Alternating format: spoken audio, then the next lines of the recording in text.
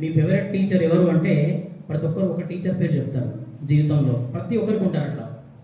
అలాగే మీరు కూడా మీ క్లాస్ రూమ్లో మీరు జీవితకాలంలో చెప్పే స్టూడెంట్స్ వాళ్ళ జీవితంలో ఎప్పుడైనా వాళ్ళని మీ ఫేవరెట్ టీచర్ ఎవరు అని అడిగితే మీ పేరు చెప్పేటట్టుగా మీ విద్యా విధానం ఉండాలి. ప్రతి టీచర్లు అందరూ కూడా పుస్తకాల్లో ఉన్న లెసన్ చెప్పడం అనేది కామన్, ప్రతి ఒక్కరు చెప్తారు.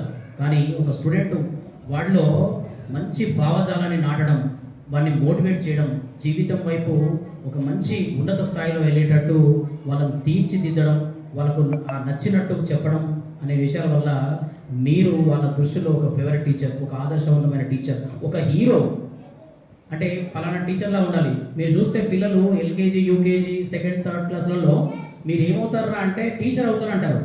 ఎందుకంటే ఆ స్థాయిలో వాళ్ళు మిమ్మల్ని హీరోలుగా చూస్తారు.